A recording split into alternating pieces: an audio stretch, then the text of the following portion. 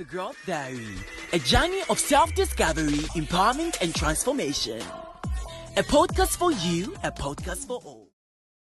Hello, welcome to today's episode of The Growth Diary. I am your host, Ivan Mwapevagwada, and with me today she's so much, I don't know where to start from. She's the founder of ABCD, the CEO of ABCD. She's so much that, I don't even know where to start from, but just allow her to introduce herself before I come in. Welcome. How are you? Thank you so very much, Bagwada. And I'm glad to be here today. We're glad to have you as well.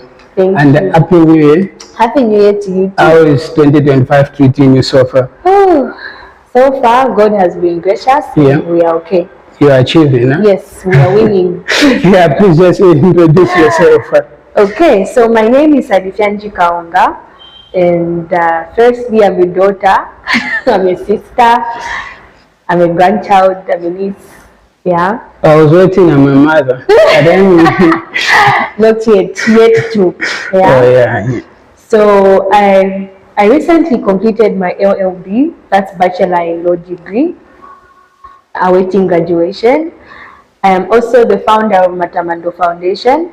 So Matamando Foundation is an organization that aims at enhancing menstrual hygiene as our primary objective. Yeah. However, we also believe in bringing hope to the hopeless. Yeah. Therefore, we have some of our secondary objectives that border on visiting homes, orphanages, vulnerable homes, buying groceries for those homes.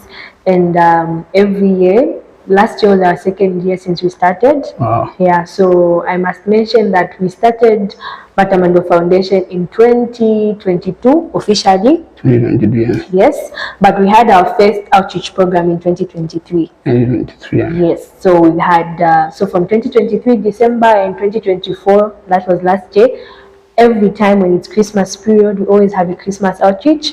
So we prepare a meal, share a meal with the vulnerable, and for us, it just satisfies us so much. Yeah. So that's Matamando Foundation. And we also enhance mental health, we enhance personal development, we also enhance financial literacy.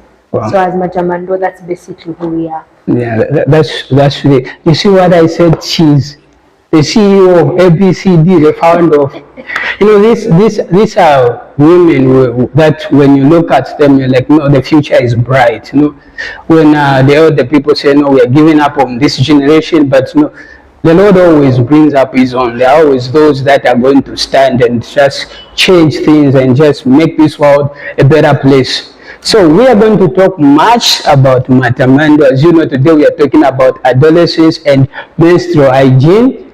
Yeah, adolescents and menstrual hygiene. If you want to learn about that and more, just stay tuned. But for now, we are trying to get to know who our guest is before we can talk about the topic of the day. So, Salifyanji Mbewe, right? That's the name. Kaunga. I don't know.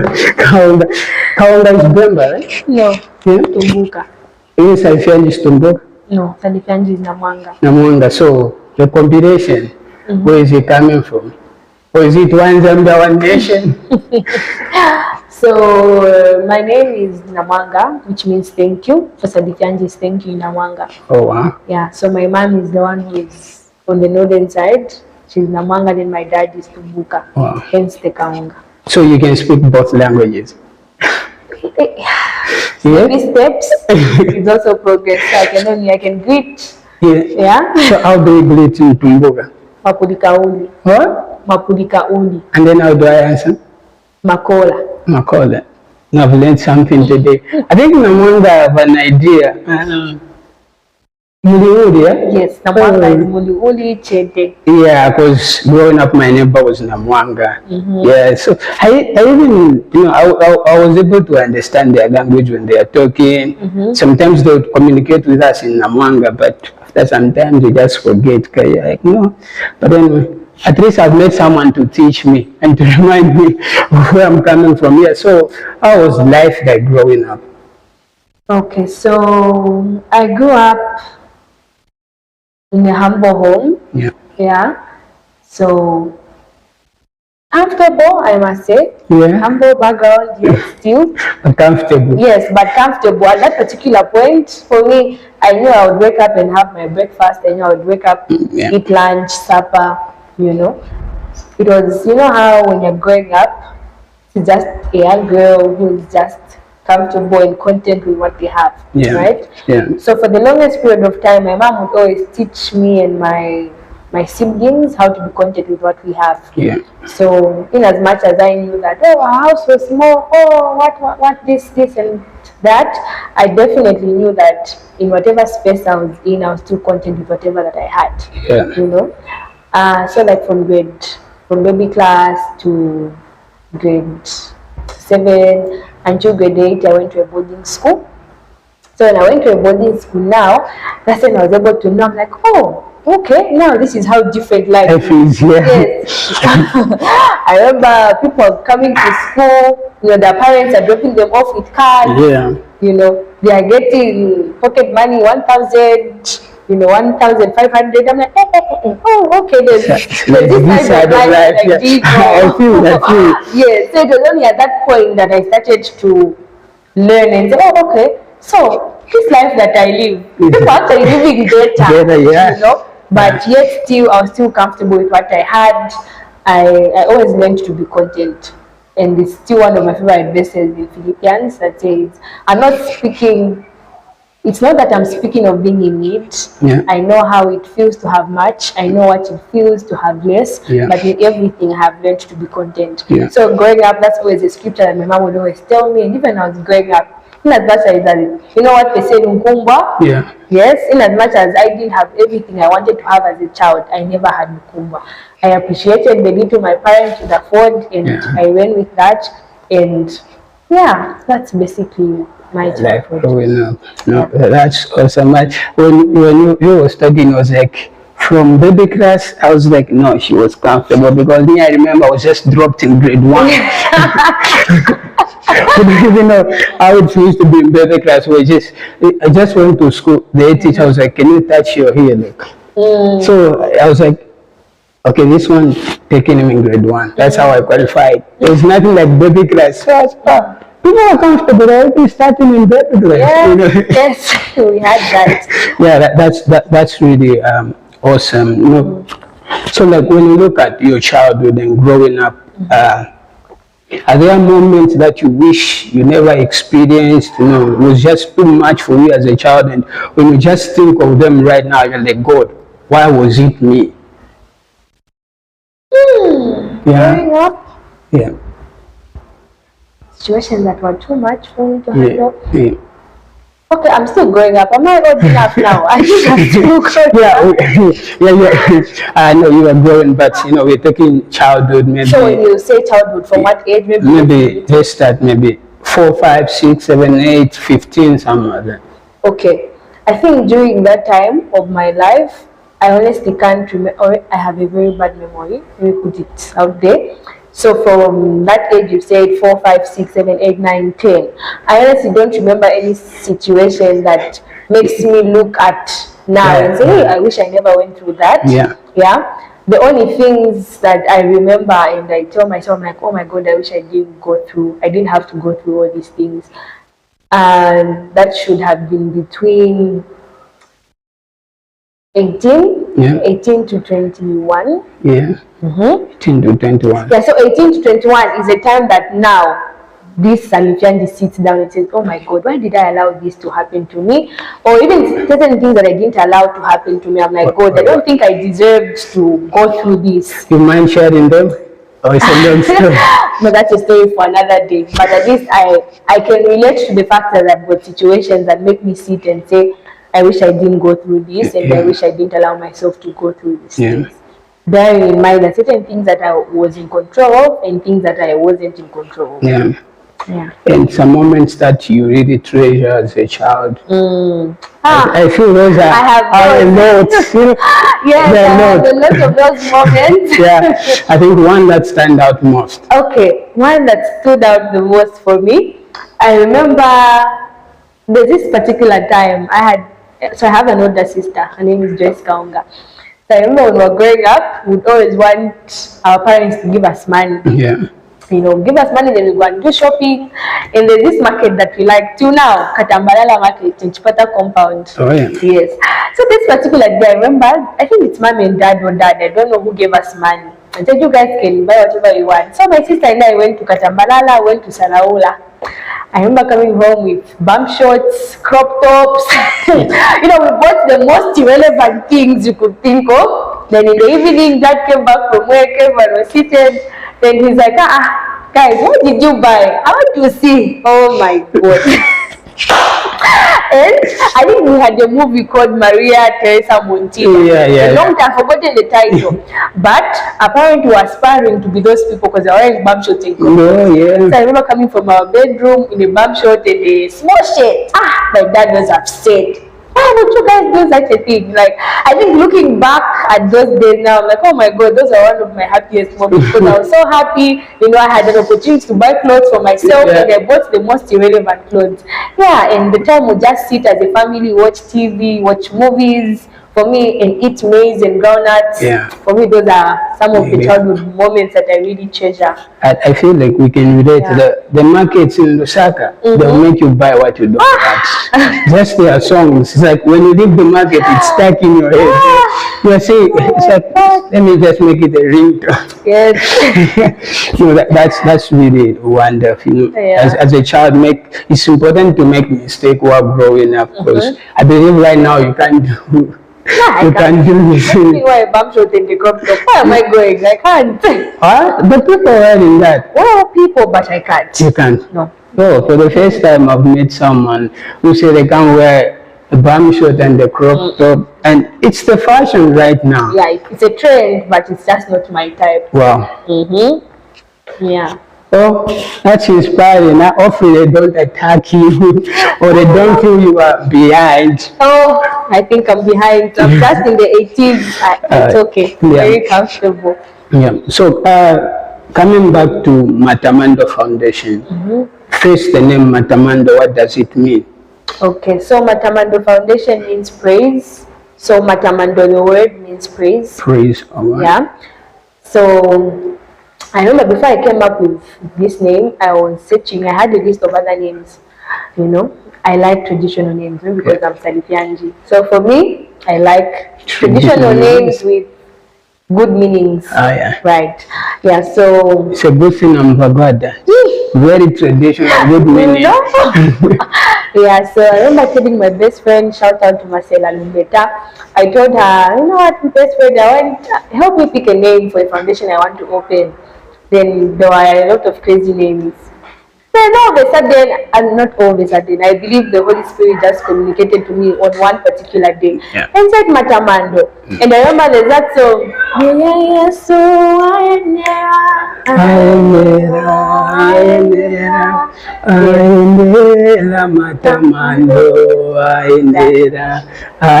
Ooh, I have a voice. No, what?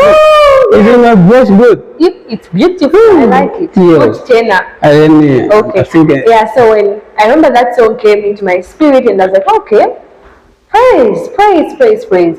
And for us, our mantra is that even as much as we are reaching out to people, as we are donating our sanitaries, as we are talking to people, the praise shouldn't be unto us, but unto God. Yeah. So we always tell the girls or wherever we go, what does Matamando mean? Means praise. Praise to who? Praise to God. Yeah. Because when you're doing these things, sometimes the praises come to you and people forget who you are for. Yeah. So for us as a foundation, we always believe in making every place that we go to know that in as much as we are bringing all that we are bringing, it's not unto us but unto God. So that is why we have Matamando Foundation. So when you were starting, did everyone just believe? How did you get to just bring in people to believe in your vision or the vision that God had given you?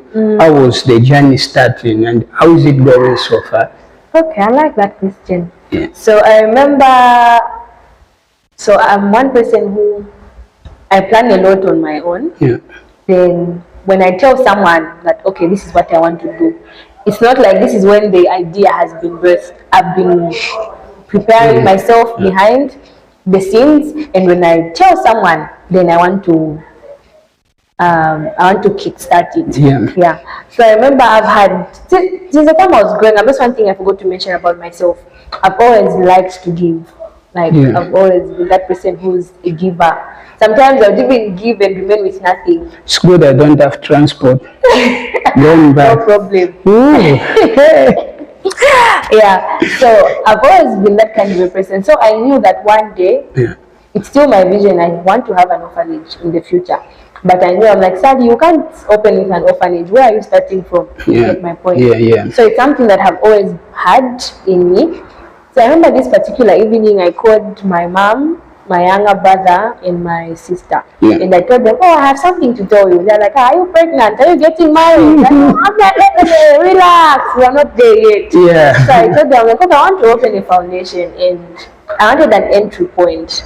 And for me, I was like, you know, it's easy to work with people who you can relate to. So as a girl, as a woman, as a lady, as a girl, it's hard for me to maybe relate with the other gender, you know, to a point where we can sit and have honest conversations because of the barriers that are there. Not that it's not possible, it's very possible. That's the topic you are addressing as well.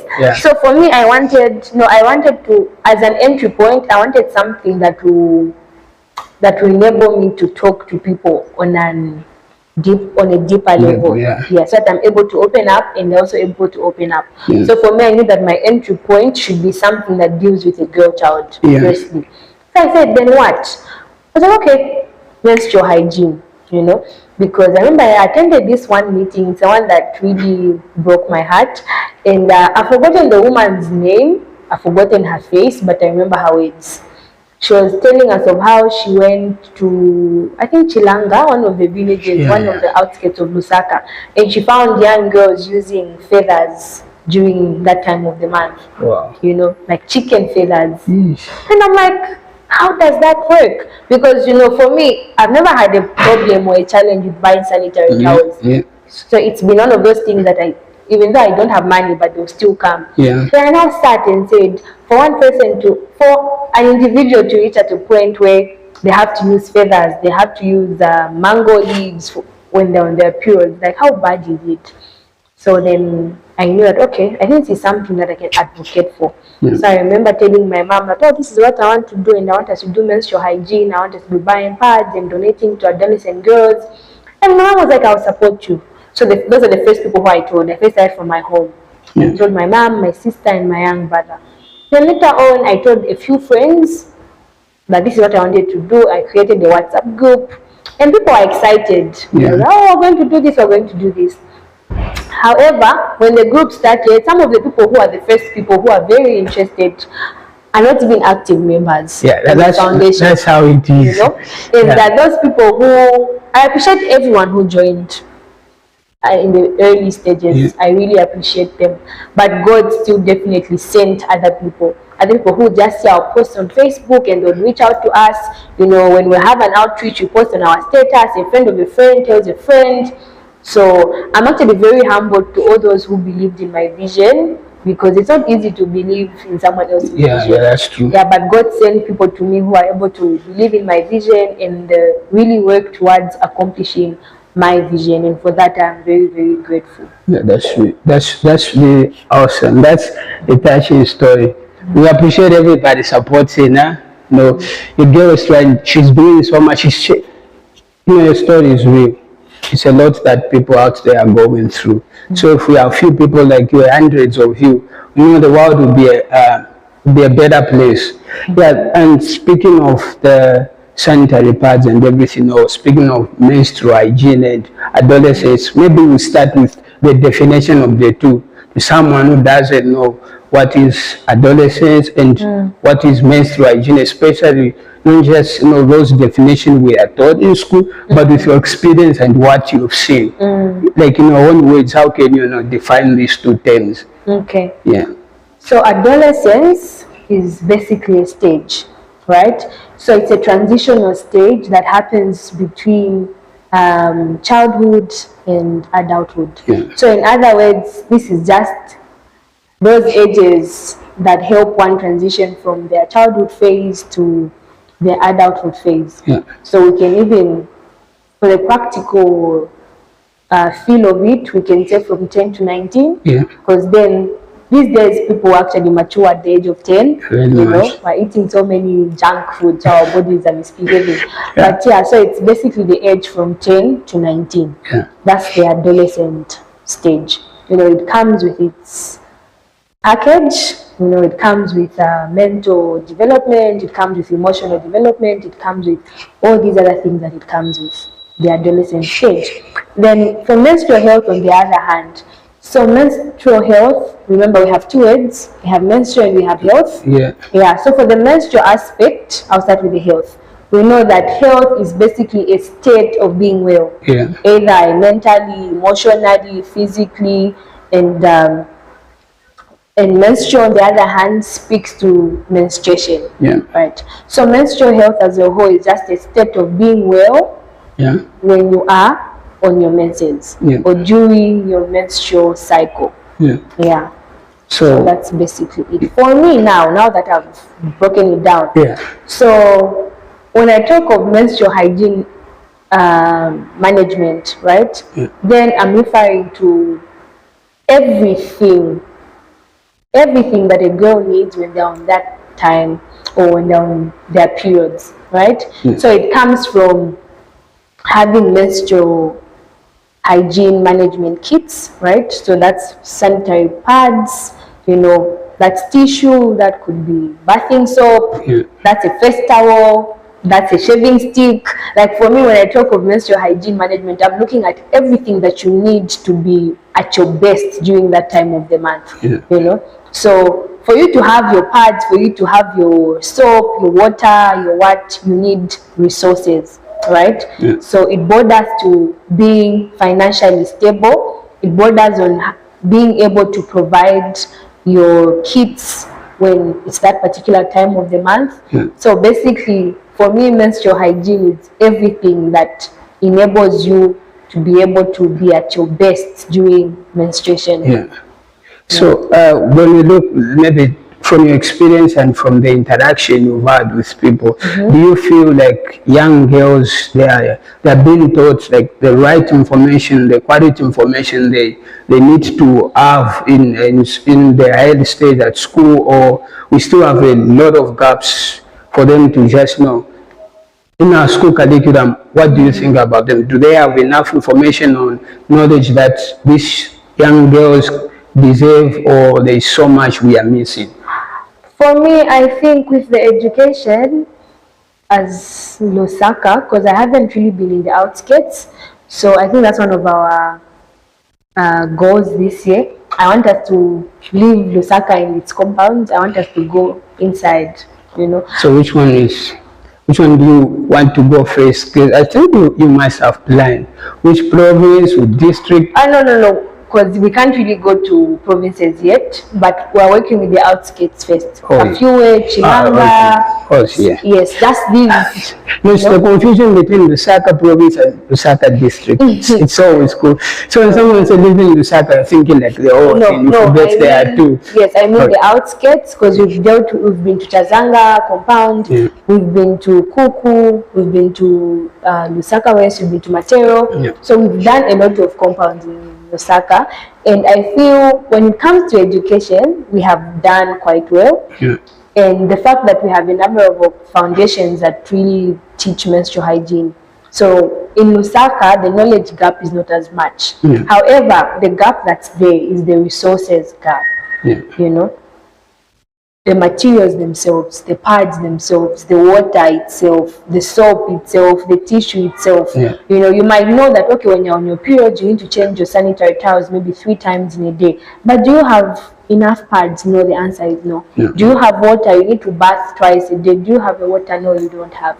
You know, you need tissue. Do you have the tissue? So for me, I think the education is there, but we have so much to do when it comes to resources, ensuring that these resources reach everyone in the country. I think that's the gap that I have noticed in my 2 years of working with adolescent girls. The education is there, but the resources are what's missing. So how can that gap be closed? when you mean resources, Yeah.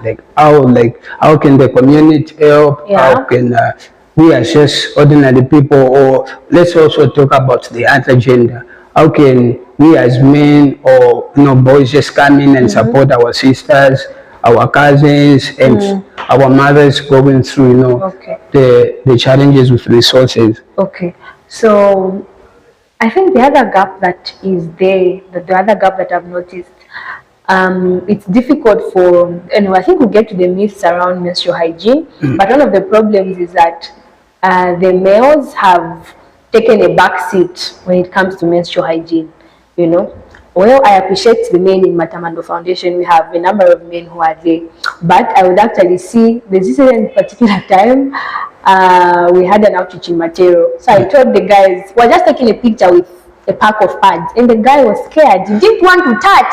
I'm like, it's not used. It's just a small pack of pads, and he didn't want any. Even my young brother doesn't like. I'm like, it's not. There's nothing wrong with you holding the pack. You see? So I feel we still have. But can you blame us? I don't remember me growing up learning about this until maybe being in grade 8. Yeah. Well, I don't blame you. That's why I'm saying I don't blame the gents. Yeah. But we still have a lot, especially in schools, when it comes to educating the boy child. Yeah. That's why you need to tell them to say, when your sister is on their periods, there's nothing wrong with them. This is normal. If your sister sends you to say, go buy for me sanitary towels, there's nothing wrong with that. There. But look, you see, someone who also, and you can imagine how old you are, Bagada. And imagine someone who's 15. If you, the older brother, you can't even do these things. No, I'm not. I'm not saying I can't do it. Or I've never done it. No, I've done it multiple times. Not just for me, for friends, for people. Yeah, but there's just that look they give you. For example, if I go in a shop to buy, especially if I find a lady there, it's just that look they'll give me. It becomes so uncomfortable. It's far beyond the look. I think if we're going to champion this menstrual hygiene cause that's with us now, it's far beyond the uncomfortabilities that you feel. Yeah. Because trust me, I think if do you have a young sister? Yeah, I do, but she's just a month old. Okay. When your sister is 12 years old and she's on her periods, I think she would be so happy if her older brother came home with a pack of sanitaries. No, that one it's a must. Exactly. So for me, I'm thinking we need to do it as a collective. Yeah. Let's join hands. The men too can also advocate for menstrual hygiene. Yeah. The men too can say, there are those. I remember there's this time I was on radio and I said, sometimes it's difficult for young girls to go to their father and say, I need sanitary towels. Yeah. But imagine those girls who live with only a single father. How are they going to go about it? And the fathers themselves, they've shunned away from buying sanitaries. I think it's just in movies mostly. I hope fathers have learned to now buy. Yeah. But we have a lot of movies where we see a father goes to the mall and picks sanitaries for their child, But in the African home, it still seemingly is a taboo. But hands up to those fathers who are able to go to the shop and purchase pads for their children, because at the end of the day, and to us brothers who can do that. Yes, and we clap for you people. So for me, I think going forward, all of us, and the reason why I'm saying it should start with the homes we're in firstly, should also go to the schools, it should also go to our communities. Let's all adopt a mindset to say, these things are normal. Menstruation is normal. Yeah. It's normal for you to go buy pads for your sister. It's normal for you to go buy painkillers because your sister is having those episodes. So as men also, we need to champion this cause together. Yeah, I think I'll give you a challenge as well. In as much as you want men to get involved, I feel foundations like yours should also focus on educating men. In as much as you are giving those to young girls and women out there, also try by all means to have just a special program where you teach men, like you are saying, no, this is normal. You're supposed to do this and that. It's because sometimes I feel we are too focused on the girl child that we forget the male. Like you are saying, we need responsible fathers who can do that. But how am I going to do that if no one told me it's okay? You get it? So for me, I actually thought of that statement. Most people are now using it at we're focusing on the girls and forgetting the guy. Trust me, let me tell you this one thing. Like I mentioned earlier, no one is going to talk to my younger sister better than me, her older sister. No one is going to talk to a younger brother better than an older brother. You get my point? That's why I'm saying if we held hands, we are all championing one cause. Imagine if I call a meeting with guys, right, adolescent boys, and I start telling them about, oh, it's okay for, I can do that. I'm not saying there's nothing wrong. I'm not saying there's anything wrong. I can easily get adolescent boys and teach them about menstrual hygiene, right? But imagine the weight it would carry if it's coming from a fellow guy, right? It, maybe, that's why I said we've got men in our foundation. And at certain times when we need to talk about those things, the men can handle it with a fellow boy child. So don't look at it like it's a competition. No, the girls are focusing more on the girls and whatnot. It shouldn't be looked at in that way. Rather, let's say, okay, when the girls are having a session with the girls, ask the boys who are having a session with who? The younger boys. To tell them that these things are normal and these things are normal. At the end of the day, imagine we have well-empowered guys and well-empowered girls. The world will definitely be better. And remember, not one person can champion all this. That's why we need as many people as possible. There's actually this organization that I know and I follow, and I think I know too, from boys to men and my brother's keeper, you know. I see what they do, and all the time I'm like, oh my God, these organizations are preparing the men to be better people. The same way Matamando Foundation is preparing the girls to be better people. Remember, honestly, it's possible, but if you really want to get to the core of certain issues, you can't be a jack of all trades. You get my point? You need to be able to give quality to the art that you have mastered, and even as you do that, hoping that there's another master of art that's also giving their best to that particular field. At the end of the day, we're all fighting for a better world, and we're all fighting the same battle, you know. So I feel all of us should take it upon ourselves. You as Bagwada, teach the younger boys. Me as Sally, teach the girls. You know, in as much as I would also be able to teach the guys, as you also be able to teach the girls, but also take it upon yourself and teach your gender. Speaking of our gender now and the issue, so I was happy to see your foundation and to sit with you because of an article I'd read. I was like, no, I think I just need to talk to her. So I read an article a few days ago. So this is a mother coming. She posted to one of the pages seeking for advice from the public. So apparently her daughter, she's about 10 or 9 or so, if I remember very well. She started her first menstruation, but she kept it away from the family for 2 months. So she experienced it the first month, she experienced it the second month without telling anybody, you get. But in the second month, the mother could tell that something was wrong, and she insisted, and the girl child opened up to say, okay, this is what's going on with me, and this is what happened, that and that. So my question is, I was asking myself, but why wasn't this girl able to open up to the mother? Where are we missing it as a community? So I think if you can maybe give your, what do you think young girls right now are failing to open up when they first experience this, those first-hand experience? Why do you feel they are not opening up to their mothers, to their aunties, because if I remember very well, at my own place a few years ago, we had one of my cousins staying with us. I remember when it was her first, she went to a grandma at our neighbor instead of going to my mother, She went and told the grandma at the neighbor this and this, and they did something. I don't know if this tradition is not in our countries. So when I read that, and I remember that, I was like, even at my place, I think that has happened. Instead of telling the woman she stayed with, she went to a grandma, she was our neighbor. So why do you feel like young girls are not willing to open up to their family members?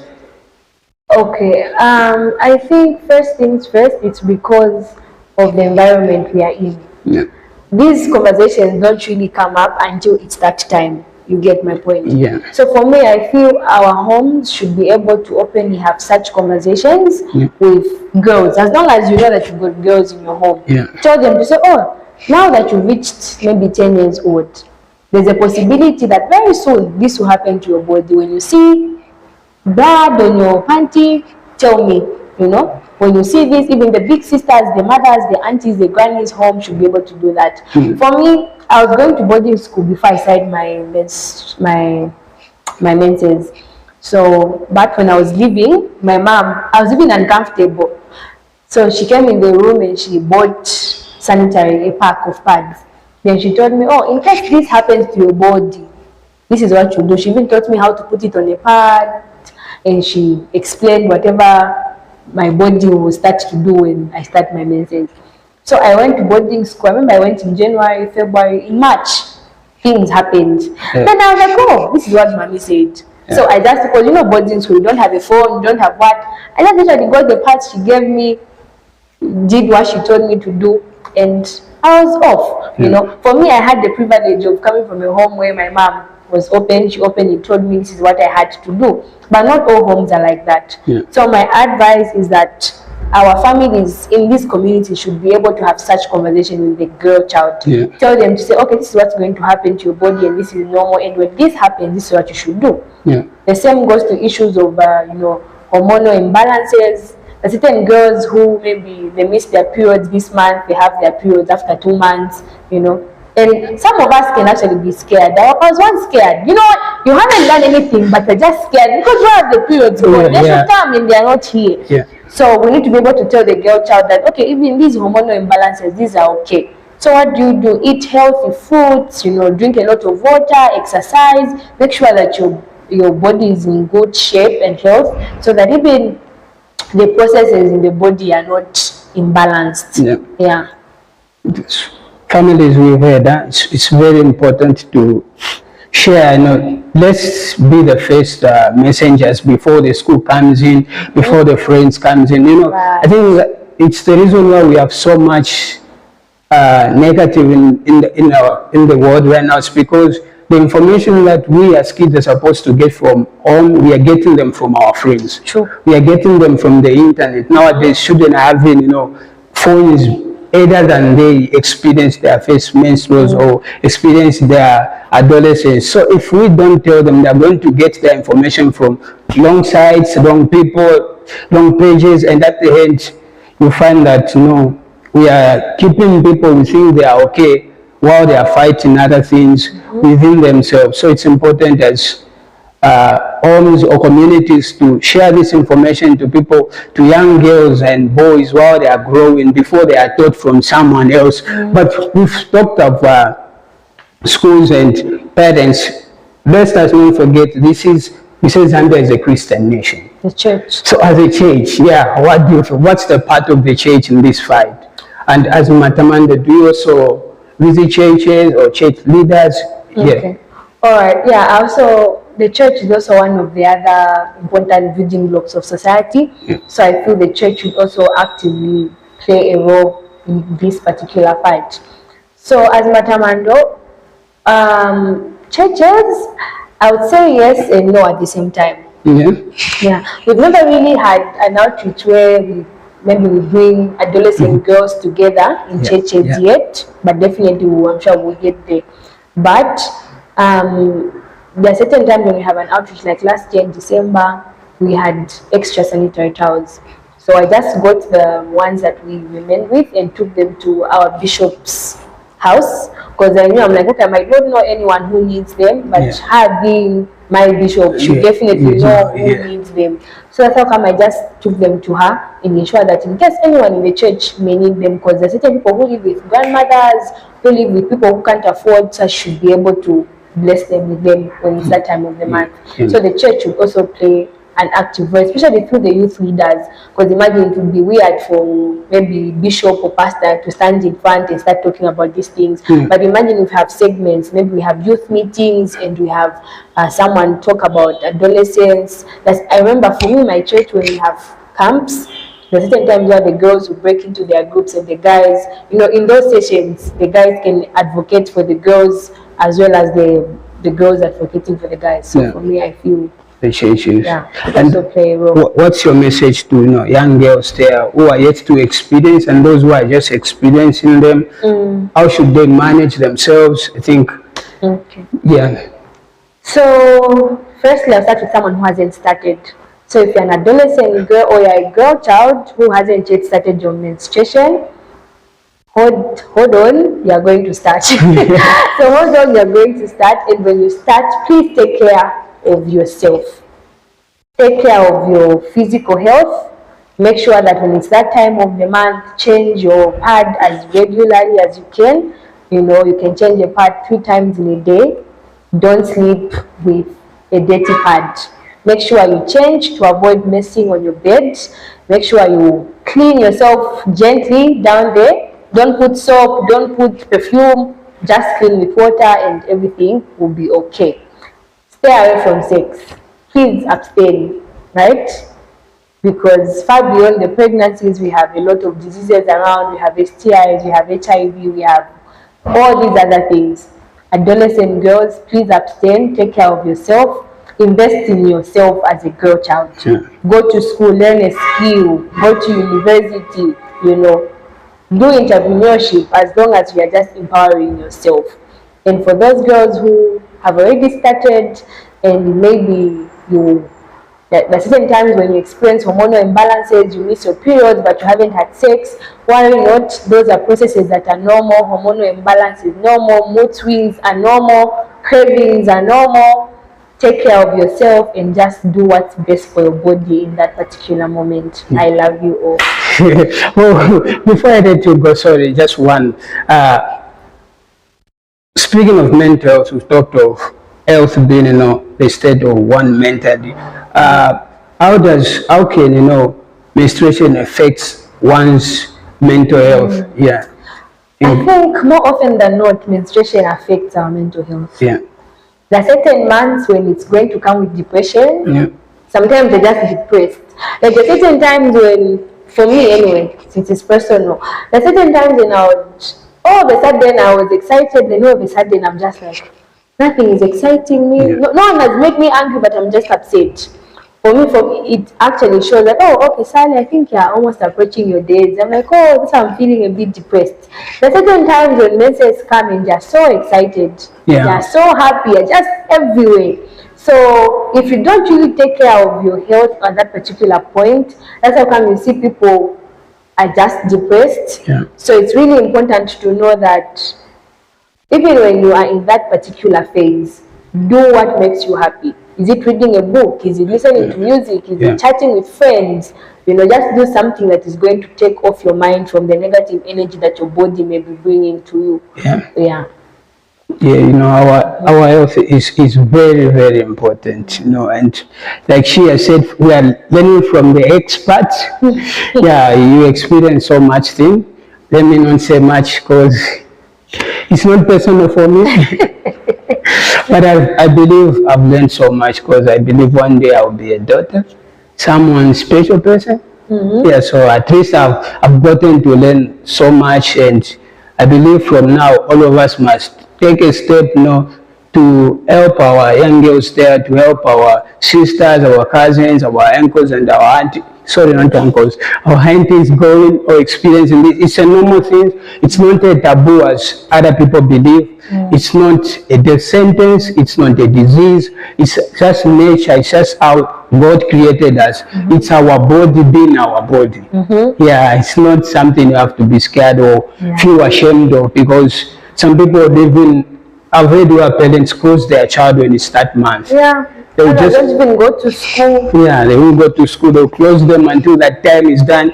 Others, I don't want to go. You might mention people. Others, they won't even allow them to cook. I've seen that people not allowing.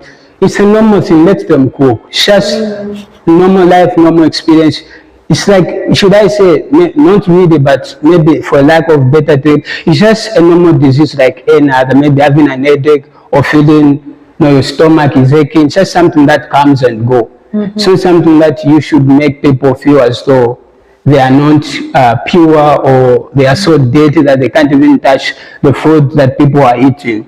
But before we close, let me just give my guests to give closing remarks and where you can find them as Matamando, and how you can join them and just to champion the chain, that if you want to make a donation, how you can meet them and donate, I think.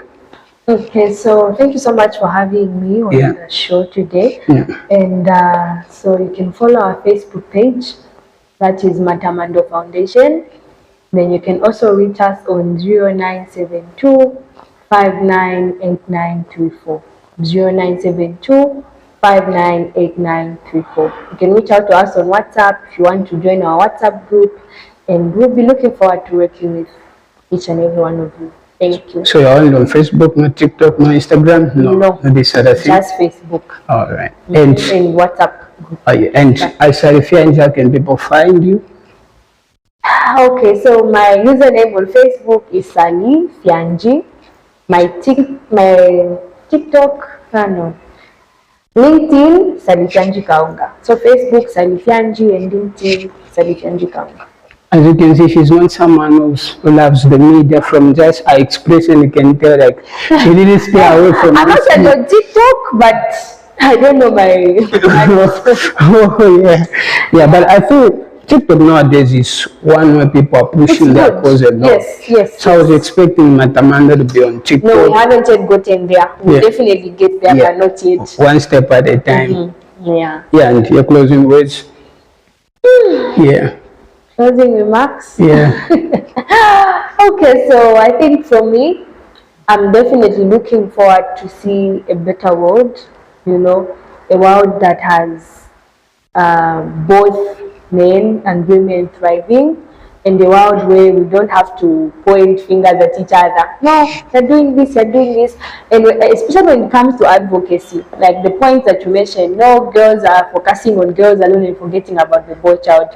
I feel, imagine if all the men here had just said, I want to open this foundation and I want to make a better generation for the guys, Make that foundation. If you have another woman who wants to champion another cause, let's all find these things. There's space for everyone at the top. And if you want to start up something, my advice is start now. Don't wait until you have billions of money. Don't wait until you are driving a good car, you're living in a good house. Trust me, money is never enough. Start with what you have. Thank you. Start with what you have. Like she said, there's always a piece for everyone. Don't fight, don't kill others. Just work hard and wait for your time. And the Lord has something for everyone. Because as long as you are living, as long as you are alive, God is not done with you. Amen. I have been your host, Ivan Mapeva Garden. See you next time. Goodbye. God bless you.